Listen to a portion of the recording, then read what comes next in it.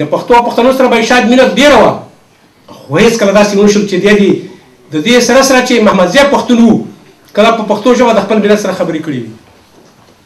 د 1950 کال څخه د 1988 کال پورې که څه هم اکثره مشران او رهبران پښتانه تېر شوي او رهبران پښتانه تېر شوي او زیاتره یې په پښتو ژبه هم لیکنې کړي او هم یې بیانې ورکړي او هم خراجات ورځپاڼې مجلې او جریدې د کتابونو په ګډون په پښتو ژبه چاپ او نشر شوي دي. دا چې دربار او دولتي ادارې ته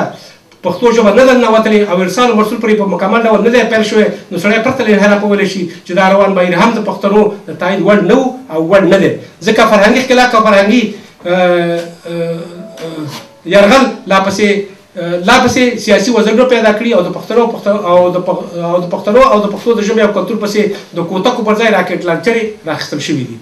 لا څه چې د شپېته% پښتنو سرنوشت د 20 یا 22% فارسي ژبو عزیزانو سره په یوه څنګل کې اچول شوی او د حامد کرزي په حکومت کې ورته په اساسي قانون کې مساوي ځای ورکړل شوی دی.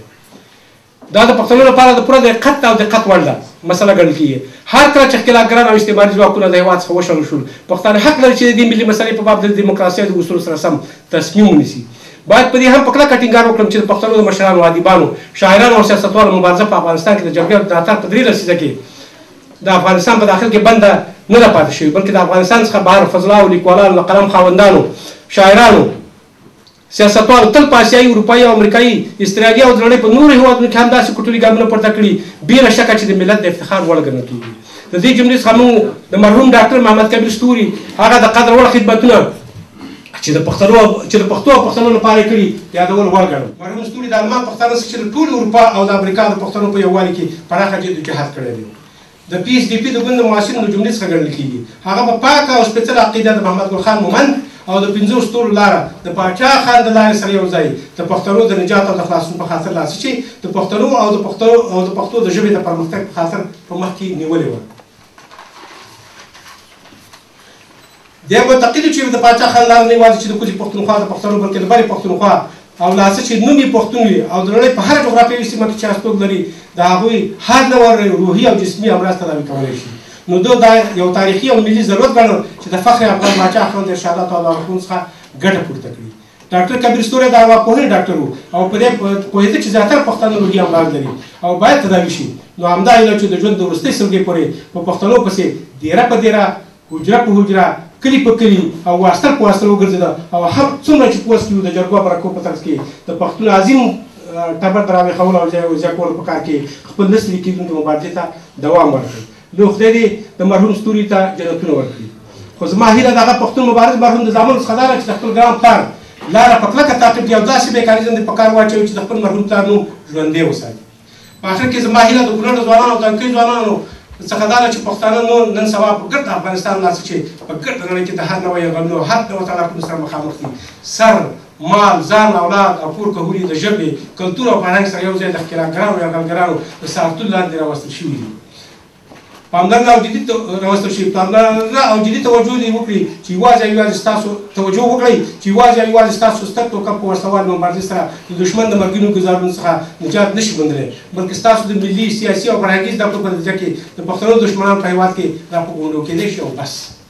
یعنې په دې معنی چې تاسو د وطن د غېږې څخه لرې پراته ځوانان واقعا سالمه زده کړه وکړئ خپل تعلیم او تحصیل وکړئ پښتو او پښتونولي وپېژنئ خپل ماضي او مستقبل د خپل ځلانده تاریخ سره یو ځای د خپلې ژورې مطالعې لاندې ونیسئ د استقلال او ازادۍ په معنا او مفهوم ځانونه پوه کړئ د هېواد ځمکنۍ بشپړتیا او ازادۍ وپېژنئ ښکېلاکګر او زبېښاکګر ځواکونه وپېژنئ او په دې هم ځانونه پوه کړئ چې فرهنګي ښکېلاک او زبېښاک او فرهنګي زولنې څه ته وایي او د کوم لوري په افغانانو باندې تحمیل شوي یا پرې تحمیلېږي. نو په دې صورت کې کولی شي چې د افغانستان پښتنو ته د خدمت مصدر وګرځئ.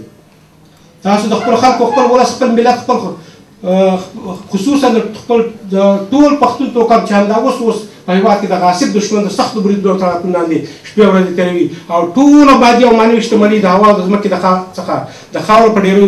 تبدیلېږي. ستر ملي او تاریخي مسؤلیت لري چې ممکنې وسیلې وټوئ تر څو وروڼه او عزیزان مو هم د حتمي مرګ څخه نجات ومومي او هم مو غني او اصیل فرهنګ یو ځل بیا له سره ورغول شي او د پښتو او پښتونولۍ کاروان له بنسټه مخ په خوځېدو راشي. دا وروستۍ صفحه ده.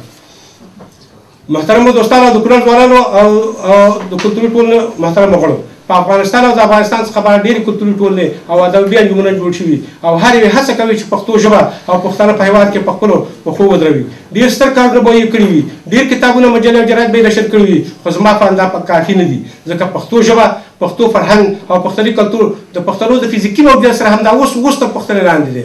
هماغسې چې پښتانه د پښتنو د دښمنانو لخوا خوار او ذلیل معرفي شي، له هماغسې خوار دي. هماغسې چې پښتانه د یوې پېړۍ څخه د زیاتې مودې را په دې خوا د فرهنګي او کلتوري یرغل لاندې راغلي، نه یوازې دا چې کمښت پکې نه احساسېږي، بلکې په ډېرو برخو کې پکې زیاتوالی هم ګورو. مثال په توګه پښتانه د تاریخ په اوږدو کې چیرې هم تروریستان او بنسټپال نه وو او نه یې پلرونو او نیکونو دا کلمه پېژندله، مګر متاسفانه چې نن سبا د تروریزم د منفورې کلمې نسبت پښتنو ته قصداً او عمدن ډول ورکول کېږي. دا ځکه چې د تروریستي فعالیتونو لپاره د افغانستان د خلکو د دشمنانو لخوا په سیمه کې خصوصا په پاکستان کې ستره سرمایه ګذاري شوې او عمدتاً د پښتنو د فزیکي موجودیت څخه پکې استفاده کوي. نور ډېر مثالونه شته، وخت کم دی، هر یو نشم بیانولی. ګرانو ځوانانو، یوازینی ولایت د کونړ ولایت دی چې فارسي ژبه نه لري، مګر د یوې پېړۍ را په دې خوا د ایران د کلتوري او فرهنګي یرغل سره دومره ډېره مخامخ شوې چې زموږ ټولو مشرانو میرزایانو په فارسي ژبه لیکنې کولای شوې، خو په پښتو ژبه یوه جمله هم سمه نه شوه لیکلی. فارسي کتابونه ګلستان، بوستان، پنج کتاب، سکندرنامه، باردانش، د زلیخا او ځینې نور به هر چا حتی د مکرره بیت مخې په جوماتونو کې لوستل. زه یو له هغه کسانو زه یم چې پنج کتاب، بوستان او ګلستان او ځینې نور د فارسي نظم کتابونه مې لوستلي دي. که په افغانستان او د دې څخه په کونړ باندې فرهنګي یرغل نه وی پتپل شوی، نو ما باید د خوشحال بابا، عبدالرحمن بابا او ځینې نورو مشهور شاعرانو او لیکوالانو کتابونه او رسالې لوستلي وای او د پښتنو زنانو د تاریخ او اصیل فرهنګ څخه مو ځانونه خبر کړي وای. مګر بیا هم وایم چې په خواشینۍ سره چې ښکېلاک او یرغل دومره ځواکمن و چې د کونړ او د افغانستان پښتنو په دې باندې پرېکړه نه شوه کولی. په هر صورت ما او شاید غوڅ اکثریت پښتنو ته به یوازې دا د قناعت وړ چې پښتو ژبه د ایران او د ځینې نورو بهرني ملکونو د کلتوري ښکېلاک او د یوه ستر سمندري یرغل څخه چې ورسره مخامخ ته نوره په کلکه وژغورل شي. لومړی دربار او بیا دولت او حکومت ته رسما ورداخله شي. آیا په دې پوهېږئ چې پښتنو نن سبا رسمي ژبه، پښتو نن سبا رسمي ژبه نه ده، رسمي یوازې فارسي ژبه قبول شوې ده. که پښتو ژبه رسمي وای نو هم په دربار او هم په حکومت او دولت کې پر رسمي چارې پرمخ تللی. دا یوه ستره سیاسي توطیه ده چې د پښتنو په ضد بیا لپاره عملي کېږي. عزیزانو، د دې کار لپاره یو عظیم خوځښت او یو ستر ملي تړون ته اړتیا ده تر څو وکولی شو پښتو ژبه هم ملي او هم رسمي او هم درباري او حکومتي ژبه وګرځو. او بس په آخر کې نو په خدای سپارم، د توجه څخه به مننه کوم.